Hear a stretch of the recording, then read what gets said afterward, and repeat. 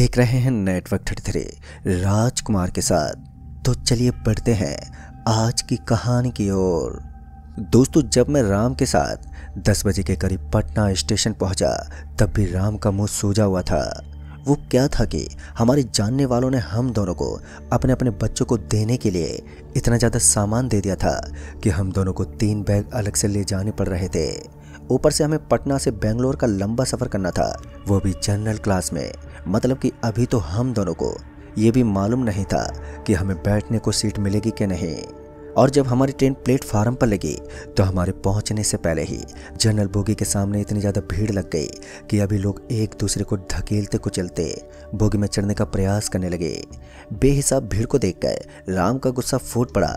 वो इतना ज़्यादा नाराज़ था कि वो उन एक्स्ट्रा बैग को वहीं पटकते बोला, मैं नहीं जा रहा, तुझे जाना है तो जा। राम को भड़कता देख मैं समझ गया कि एक्स्ट्रा लगेज के चलते इसका दिमाग खराब हो गया है, पर हम दोनों का बेंगलोर जाना भी ज़रूरी था।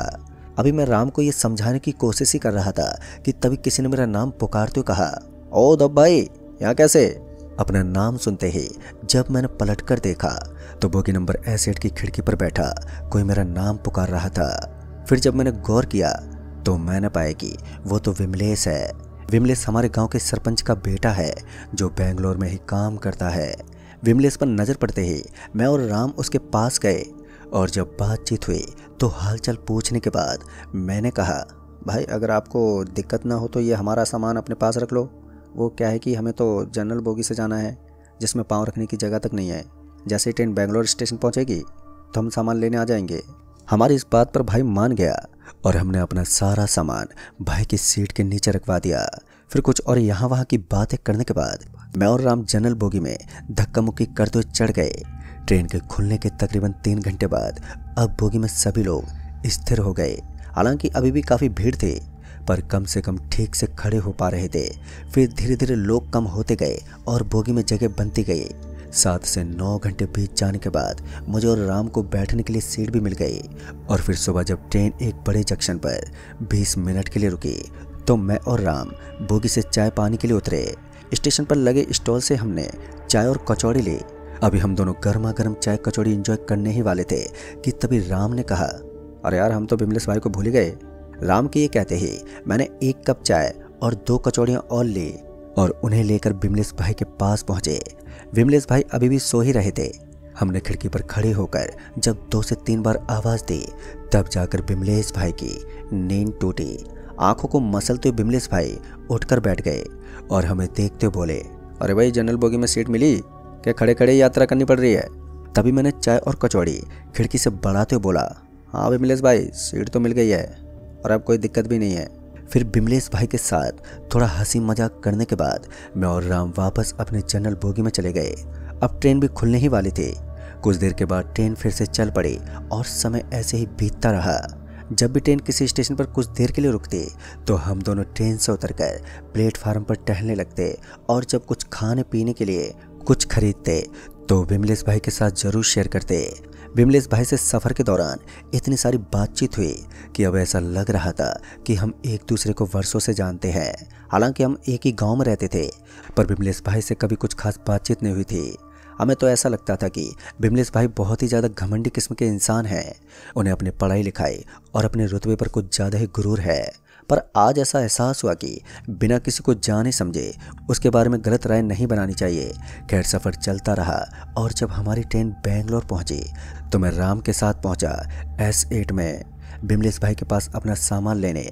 पर जब मैं और राम विमलेश भाई की बर्थ पर पहुंचे तो हमने पाया कि विमलेश भाई अपनी बर्थ पर नहीं है, पर उनका सारा का सारा सामान अभी भी वहीं था। पहले हमें लगा कि विमलेश भाई वॉशरूम गए होंगे, पर 5 मिनट बाद हमने बोगी के वॉशरूम में भी देखा, पर विमलेश भाई का कोई अता पता नहीं था। फिर जब हमने उनके बर्थ के सामने बैठे एक आदमी से विमलेश भाई के बारे में पूछा तो उस आदमी ने बड़ी ही चौंकाने वाली बात बताई। उस आदमी ने कहा कि रात के 1 बजे के करीब ट्रेन किंतु स्टेशन पर रुकी थी।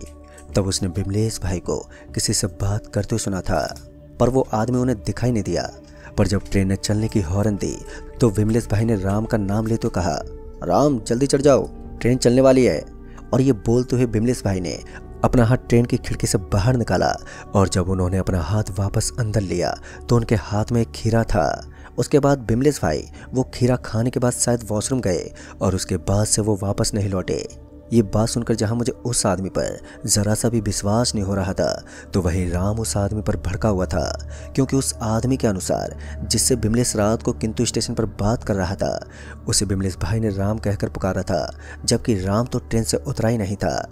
और इसी बात को लेकर राम उस आदमी पर भड़का हुआ था। वहीं मैं बिमलेश भाई को लेकर परेशान हो रहा था।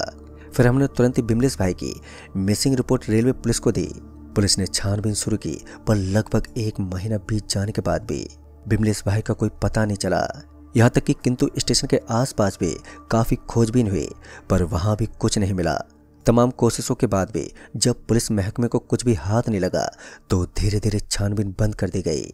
वहीं बिमलेश के घर वाले ये मान बैठे कि बिमलेश अब शायद इस दुनिया में नहीं रहा। आखिर किंतु स्टेशन पर बिमलेश भाई किससे राम समझकर बात कर रहे थे और वो खीरा खाने के बाद कहाँ चले गए, ये सब सवाल मुझे अंदर से कुरेद रहे थे, पर मैं कर भी क्या सकता था। धीरे धीरे वक्त ऐसे ही बीतता रहा और इस घटना की याद भी अब जहन में धुंधली पड़ने लगी। फिर तकरीबन 7 महीने बाद जब मैं राम के साथ वापस पटना लौट रहा था तो संजोग से रात के 1 बजे हमारी ट्रेन किंतु स्टेशन पर रुकी। तो राम ने मुझे जगाते हुए बोला, भाई भाई ये वही स्टेशन है जहाँ से बिमलेश भाई लापता हुए थे। मैं उस वक्त राम की बात सुनते ही उठकर बैठ गया और खिड़की से स्टेशन की तरफ देखने लगा। स्टेशन पर चारों तरफ काफ़ी अंधेरा था। छोटा सा स्टेशन होने के कारण वहाँ गहरी खामोशी पसरी हुई थी। अभी मैं अपनी निगाहें स्टेशन के इर्द गिर्द घुमा ही रहा था कि तभी मुझे स्टेशन के बेंच पर कोई आदमी बैठा हुआ नजर आया जो कुछ खा रहा था। पता नहीं क्यों मेरी नज़रें उस आदमी पर अटक सी गईं। फिर जब वो आदमी उस बेंच से उठकर थोड़ा करीब आया तो मैंने देखा कि वो खीरा जैसा कुछ खा रहा है। और जब मैंने राम को उस आदमी की तरफ इशारा करते हुए ये बात बताई तो वो कुछ बोलने की जगह खामोशी रहा। फिर जब मैंने राम की तरफ देखा तो मैंने पाया कि राम बहुत ही बुरी तरह डरा हुआ है। उसकी आंख बड़ी हो गई थी और डर के मारे उसके दांत भी कटकटाने लगे थे। मुझे समझ में नहीं आया कि अचानक से राम को हो क्या गया। और जब मैंने राम को झंझोड़ते हुए बोला तो वो हकलाते हुए बोला, वो आदमी तुम्हारी शक्ल का क्यों है? इस पर मैंने कहा, अरे पागल हो गया तू, कहाँ से तुझे वो आदमी मेरी शक्ल का लग रहा है? पर राम अभी भी यही कहे जा रहा था कि वो आदमी बिल्कुल मेरी ही शक्ल का है। मतलब कि राम को वो आदमी मेरी शक्ल का दिख रहा था, जैसे कि उस रात बिमलेश भाई को कोई राम की शक्ल का दिखा था। ये ख्याल आते ही मुझे लगा कि इस आदमी का कोई ना कोई तो लिंक ज़रूर है इस फसाद में। मैंने खिड़की से उस आदमी को आवाज़ देते हुए अपनी तरफ बुलाने लगा, पर वो मेरी तरफ आने की जगह स्टेशन के एग्जिट की तरफ बढ़ने लगा। उसे वहाँ से भागता देख पता नहीं मुझे क्या हो गया कि मैं बिना कुछ सोचे समझे ही ट्रेन से नीचे उतरकर उस आदमी को आवाज़ देते हुए उसके पीछे दौड़ पड़ा। और मेरे दौड़ते ही वो भी बड़ी तेज़ी से स्टेशन के बाहर निकल गया। मैं भी दौड़ते हुए स्टेशन से बाहर निकलने ही वाला था कि तभी मेरी नज़र स्टेशन के ठीक एग्जिट पर बैठी एक बुढ़िया पर पड़ी, जो मुझे इशारे से ये बताने की कोशिश कर रही थी कि इसके पीछे मत जाओ। मैं भी कहीं ना कहीं भाप गया था कि उस आदमी का बिना सोचे समझे पीछा करना सरासर बेवकूफ़ी है। लिहाजा मैं वहाँ से वापस अपनी ट्रेन की तरफ मुड़ गया और अभी मैं अपनी ट्रेन की ओर आ ही रहा था कि तभी मैंने देखा कि राम चीखते हुए पटरियों की सीध में भागे जा रहा है। राम को इस तरफ भागते देख मैं भी राम को आवाज़ देता हुआ उसके पीछे पीछे भागा, पर पता नहीं क्यों राम मेरी आवाज़ को अनसुना करता हुआ भागे ही जा रहा था। मेरे पास भी उसके पीछे भागने के अलावा कोई दूसरा चारा नहीं बचा था। फिर इसी बीच भागते भागते मेरा पैर किसी चीज़ से टकरा गया, जिस वजह से मैं वहीं गिर पड़ा। फिर जब मैं उठा तो मैंने पाया कि राम दूर दूर तक कहीं भी दिखाई नहीं दे रहा है।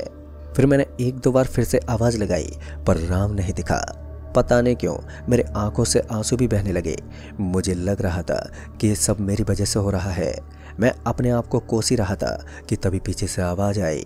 वो आवाज़ राम की ही थी। राम की आवाज़ सुनते ही मैं पीछे पलटा तो मैंने पाया कि राम आ रहा है। मैं दौड़कर उसके पास गया और उस पर नाराज़ होते हुए बोला, तू सच में पागल तो नहीं हो गया था जो तू ये चीखते हुए बेमतलब का भागे जा रहा था? इस पर राम को जवाब देने की जगह उसने मेरा हाथ पकड़ा और चुपचाप अपने साथ ले जाने लगा। मैंने जब कहा, क्या हुआ तुझे, तो उसने सिर्फ इशारे में कहा, चुपचाप चलते रहो। अभी राम ने इतना कहा ही था कि तभी मुझे लगा कि हमारे पीछे कोई है। और जब मैंने अपनी गर्दन घुमाते पीछे देखा तो मैंने पाया कि 3 लोग हमारे पीछे पीछे आ रहे हैं। और जब मैंने उनकी शक्ल की ओर देखा तो मैंने पाया कि उन तीनों की शक्ल राम की तरह है। ये सब देखते मैं इतना ज़्यादा डर गया कि मैं चीख पड़ा और मेरी चीखते राम ने ज़ोर से कहा, जल्दी भाग यहाँ से। और राम के इतना कहते ही हम दोनों बिना पीछे पलटे सरपट भागे अपनी ट्रेन की तरफ। और सीधे ट्रेन में चढ़ने के बाद ही हमने दम भरा। ट्रेन में चढ़ने के फौरन बाद ही ट्रेन भी वहाँ से रवाना हो गई। पर राम और मैं अभी भी थर थर काँपे जा रहे थे। और ऐसे ही 2-3 घंटे हम दोनों डर से थरथराते ही रहे। फिर जब सुबह हुई तो हम दोनों थोड़ा नॉर्मल हुए और ट्रेन भी काफ़ी दूर निकल आई थी। खैर हम दोनों जैसे तैसे अगले 24 घंटों में पटना पहुँचे। और फिर घर पहुँचने के बाद अच्छा तो लग रहा था, पर जब भी मैं अकेला होता तो एकदम से वही सब याद आ जाता जो किंतु स्टेशन पर देखा था, जिस वजह से मैं हमेशा अपने आप को किसी न किसी काम में उलझाए रखता ताकि दिमाग में वो सारे ख्याल ना आए। पर जब एक रोज़ मैंने बिमलेश के पिताजी को गांव के मंदिर में रोते हुए देखा तो मेरा कलेजा अंदर से फट पड़ा। वैसे तो बिमलेश के पिताजी काफ़ी पैसे वाले थे, पर वो इतने सज्जन और उदार थे कि उनका दुख भी गांव वालों को अपना दुख महसूस होता था।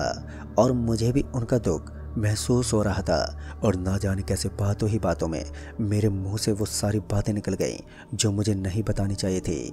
मेरी बात सुनते ही बिमलेश के पिताजी को ऐसा लगा कि अभी भी उनका बेटा जिंदा हो सकता है, क्योंकि अभी तक बिमलेश की लाश बरामद नहीं हुई थी।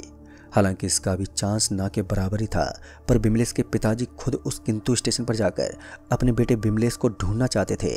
और जब उन्होंने मुझे साथ में चलने को कहा तो मैं मना नहीं कर पाया, जबकि उस रात मैं और राम बाल बाल बचे थे। मैंने सोचा कि राम को भी साथ में ले लेते हैं, पर राम ने चलने से साफ साफ मना कर दिया और साथ ही ये भी नसीहत दी कि तू भी मत जा। पर मैंने तो अपना मन पक्का कर लिया था। तभी हमने अगली सुबह की ट्रेन पकड़ी और मैं बिमलेश के पिताजी के साथ रवाना हो गया किंतु स्टेशन के लिए। सफ़र के दौरान मैं और बिमलेश के पिताजी गुमसुम ही रहे। जैसे जैसे ट्रेन किंतु स्टेशन के करीब पहुंच रही थी तो वैसे वैसे ही मन की बेचैनी भी अपने आप ही बढ़ती जा रही थी। और जब हम किंतु स्टेशन पहुंचे तो दोपहर के 1 बज रहे थे।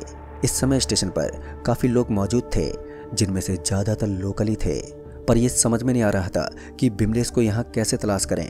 फिर जब मैंने कुछ लोगों को स्टेशन के एग्जिट पर बैठे देखा तो मुझे एकदम से उस बुढ़िया का ख्याल आ गया जो उस रात मुझे मिली थी, जिसने मुझे उस आदमी के पीछे जाने से रोका था। वो यकीनन कुछ ना कुछ तो जानती थी, तभी तो उसने मुझे उस खतरे से आगाह किया था। फिर जब मैंने उस बुढ़िया वाली बात बिमलेश के पिताजी को बताई तो उन्होंने कहा, बेटा फिर उस बुढ़िया को पहले ढूंढते हैं। फिर मैं बिमलेश के पिताजी के साथ उस बुढ़िया को ढूंढने में लग गया, पर वो बुढ़िया ना तो स्टेशन पर कहीं नजर आई और ना ही स्टेशन के आसपास। और जब वहाँ के लोगों और दुकानदारों से हमने बातचीत की तो किसी को भी उस बुढ़िया के बारे में बिल्कुल भी नहीं पता था। शायद उन्हें पता नहीं चल पा रहा था कि हम किस बुढ़िया की तलाश कर रहे हैं। वहीं अब दोपहर से शाम होने चली थी और मैं भी अब काफ़ी थक गया था। रात होने से पहले पहले सर पर छत का बंदोबस्त भी करना था। पर जब मैंने बिमलेश के पिताजी से ये बात की तो उन्होंने ये कह दिया कि रात यहीं स्टेशन पर बिताएंगे। मैंने उन्हें समझाने की बहुत कोशिश की कि रात के वक्त यहाँ कोई भी नहीं होता, ऐसे में हमारा यहाँ रुकना बिल्कुल भी ठीक नहीं रहेगा। पर बिमलेश के पिताजी नहीं माने, वो अपनी जिद पर अड़े रहे और मुझे उनकी बात मजबूरन माननी ही पड़ी। धीरे धीरे अंधेरा गहराता गया और स्टेशन पर भी खामोशी पसरती चली गई। 9 बजते बजते स्टेशन पर गिन चुनकर 4 लोग थे, जिनमें से 2 तो हम ही दोनों ही थे। फिर जब वो 2 लोग भी चले गए तो मुझे डर लगने लगा। मेरा ध्यान तो बार बार उस ओर जा रहा था जहां उस रात मैंने उस आदमी को खीरा खाते हुए देखा था। वहीं बिमलेश के पिताजी अभी भी स्टेशन के आसपास घूम रहे थे, मानो वो उसी आदमी को ढूंढ रहे हों जो बिमलेश को राम के भेष में मिला था। उनका दर्द मैं समझ सकता था, इसलिए मैंने उन्हें ज़्यादा समझाने की कोशिश भी नहीं की, क्योंकि वो तो समझ जाते पर उनका दिल नहीं समझता। खैर उस रात कुछ भी अजीब नहीं घटा। हाँ, सूनेपन और अंधेरे के चलते थोड़ी बहुत घबराहट तो ज़रूर हुई, पर वो एक सहज बात थी। सुबह होने के बाद बिमलेश के पिताजी वहाँ के लोगों को उस खीरे वाले की बात बताते और पूछते कि हाँ सच में ऐसा कोई आदमी घूमता है जो किसी का भी रूप ले लेता है। पर उनकी बात सुनने के बाद लोग या तो उन्हें पागल समझते या फिर ये बोलकर चले जाते कि हाँ ऐसा कुछ भी नहीं होता। दूसरे दिन बीतते बीतते मैं और बिमलेश के पिताजी ने हर मुमकिन कोशिश की जिससे कि बिमलेश के बारे में कुछ तो पता चल सके, पर जो सोचकर यहाँ आए थे ऐसा कुछ भी नहीं हुआ। और अब ऐसा लगने लगा कि ऐसे हमें वापस लौटना पड़ेगा। पर अभी वापसी की कोई ट्रेन नहीं थी। जो एक ट्रेन थी वो कल दोपहर 3 बजे की थी। मतलब कि काफ़ी सारा वक्त था। मैं तो थक हार कर बस वापस लौटने का इंतज़ार कर रहा था। पर बिमलेश के पिताजी अभी भी लोगों से पूछताछ कर ही रहे थे। और पूछताछ करते करते उन्हें एक ऐसा आदमी मिला जिसे कुछ ऐसा मालूम था, जिसे सुनकर बिमलेश के पिताजी के चेहरे पर थोड़ी उम्मीद जाग गई थी। और जब वो मेरे पास आकर बोले, उद्धव, तुम जिस बुढ़िया की बात कर रहे थे उसका पता चल गया है। वो बुढ़िया कल रात को 1 बजे के करीब आएगी। फिर जब मैंने सवाल करते पूछा कि ये बात किसने बताई, तो बिमलेश के पिताजी ने कहा, जो स्टेशन पर साफ सफाई करने आता है उसी ने उस बुढ़िया को देखा है। वो कह रहा था कि वो बुढ़िया सिर्फ वीरवार को यहाँ पर आती है। ये जानने के बाद जब मैंने ध्यान से सोचा तो मुझे याद आया कि जिस दिन वो बुढ़िया मुझे दिखी थी वो भी वीरवार का ही दिन था। और जब विमलेश गायब हुआ था तो भी वीरवार का ही दिन था। इस बात से ये तो पक्का हो गया था कि इन सब घटनाओं से उस बुढ़िया से कुछ ना कुछ तो लेना देना जरूर है। पर क्या अभी ये पता चलना बाकी था। खैर रात बीती, दोपहर की 3 बजे वाली ट्रेन भी आ गई। पर हम नहीं गए क्योंकि हम वेट कर रहे थे उस बुढ़िया की जो रात के 1 बजे आने वाली थी। पर पता नहीं क्यों आज वक्त कुछ ज़्यादा ही धीमा गुजर रहा था। और जब सूरज ने आसमान में दिन की अंतिम सांस ली तो अंधेरा होते ही वक्त तेजी से गुजरने लगा। मैं बिमलेश के पिताजी के साथ स्टेशन पर बैठा बस उस बुढ़िया का ही वेट कर रहा था। पर इसी बीच कब मेरी आंख लग गई मुझे पता ही नहीं चला। और जब मुझे बिमलेश के पिताजी की चीखें सुनाई पड़ी तो मेरी नींद एकदम से टूट गई। और जब मैंने बिमलेश के पिताजी की तरफ देखा तो मैं ये देखकर चौंक गया कि बिमलेश के पिताजी स्टेशन के एग्जिट गेट पर किसी से कुछ छीनने की कोशिश कर रहे हैं। ये देखते ही मैं फौरन उठा और उनकी तरफ दौड़ा। और जब मैं उनके पास पहुंचा तो मैंने पाया कि बिमलेश के पिताजी उसी बुढ़िया के हाथों से लाल रंग का जैकेट छीन रहे हैं जिसका हम वेट कर रहे थे। मैंने तुरंत ही बिमलेश के पिताजी को उस बुढ़िया से अलग करते हुए कहा, अरे अरे ये आप क्या कर रहे हैं? यही वो बुढ़िया है जिसका हम वेट कर रहे थे और आप बिना कुछ सोचे लड़ बैठे। जिस पर बिमलेश के पिताजी ने कहा, अरे बेटा पहले इससे ये तो पूछ कि इसके पास मेरे बेटे का जैकेट कैसे आया। और जब बिमलेश के पिताजी ने जैकेट वाली बात बोली तो वो जैकेट देखते मुझे याद आ गया कि उस रोज बिमलेश ने ऐसे ही लाल रंग की जैकेट पहनी थी। और जब मैंने पहली बार इस बुढ़िया को देखा था तब भी इस बुढ़िया के हाथों में ऐसा ही कुछ था। फिर जब मैंने उस बुढ़िया से कहा, अम्मा ये जैकेट आपको कहाँ से मिली, तो वो बुढ़िया कुछ नहीं बोली। फिर मैंने बिमलेश का फोटो दिखाते हुए कहा, इसे देखा है अम्मा? ये लगभग 7 महीने पहले ही वीरवार के दिन इसी वक्त यहाँ से गायब हुआ था। बिमलेश का फोटो दिखाते ही उस बुढ़िया की आंखें बड़ी बड़ी हो गईं। बुढ़िया की बड़ी होती आंखों को देखकर मुझे ऐसा लगा कि ये ज़रूर बिमलेश के बारे में कुछ बताएगी। पर वो बुढ़िया कुछ बताने की जगह हम दोनों को इशारे से वहाँ से जाने को कहने लगी। उसके चेहरे के उतरे रंग से ऐसा लग रहा था कि वो किसी से डर गई है। और जब मैंने नोट किया तो मैंने पाया कि उसकी निगाहें बार बार हमारे पीछे जा रही हैं। और जब मैंने पीछे पलटकर देखा तो मैंने पाया कि जो उस रात मुझे दिखाई दिया था, मैं अभी उस आदमी को देख ही रहा था कि तभी बिमलेश के पिताजी बिमलेश बिमलेश करते हुए उस आदमी की तरफ दौड़ गए। मतलब कि वो आदमी बिमलेश के पिताजी को बिमलेश जैसे दिखाई दे रहा था। मैं बिमलेश के पिताजी को रोकने के लिए उनके पीछे दौड़ा। पर जब तक मैं उनके पास पहुंचता कि वो उस आदमी से जाकर लिपट चुके थे। और जब मैं उनके पास जाकर बोला, अंकल अंकल ये वो नहीं है, ये तो वही है जिसने बिमलेश को गायब किया है। मेरे इतना बोलते उस आदमी ने बिमलेश के पिताजी को एकदम से नीचे पटक दिया। बिमलेश के पिताजी नीचे पड़ते ही बेहोश हो गए। और उनके बेहोश होने के बाद वो आदमी मेरी तरफ बढ़ा। वो आदमी करीब से इतना डरावना लग रहा था कि मैं डर के मारे वहाँ से चीखते हुए स्टेशन के एग्जिट की तरफ भागा। अभी मैं स्टेशन से बाहर निकला ही था कि तभी स्टेशन के बाहर खड़े कुछ पुलिसकर्मी वालों की नज़र मेरे पर पड़ गई और मुझे चीखते भागते देख मेरे पास आ गए। उस समय मैं इतना ज़्यादा डरा हुआ था कि मेरे मुंह से कुछ निकल भी नहीं पा रहा था। फिर जब उस पुलिस वाले ने मुझे शांत करते हुए कहा, क्या हुआ, तुम ऐसे चीखते हो क्यों भाग रहे हो, तो मैंने उन्हें सारी बात बता दी। मेरी बात सुनते ही वो पुलिस वाले मेरे साथ स्टेशन के अंदर आ गए। पर स्टेशन पर कोई नहीं था, ना वो भयानक आदमी और ना ही बिमलेश के पिताजी। बिमलेश के पिताजी को वहाँ ना पाकर मैं पागल सा हो गया। मुझे अब समझ में नहीं आ रहा था कि अब मैं अपने गांव वालों को क्या बताऊंगा। सभी मेरे पर ही शक करेंगे। जहां ये सोचकर मेरा दिमाग फटा जा रहा था तो वहीं वो पुलिस वाले भी अब मेरे सर पर बरस रहे थे, क्योंकि उन्हें वैसा कुछ भी नहीं मिला जैसा कि मैंने बताया था। फिर वो पुलिस वाले मुझे अपने साथ ले गए और कुछ पूछताछ करने के बाद उन्होंने मुझे छोड़ दिया। उसके बाद मैं अपने घर लौट आया। जहां गांव वाले मुझे देखकर हैरान थे और मुझ पर शक करने लगे। फिर मैंने गांव वालों को सारी बात बताई, पर उन्हें अभी भी ऐसा ही लग रहा था कि मैं ही गुनहगार हूँ।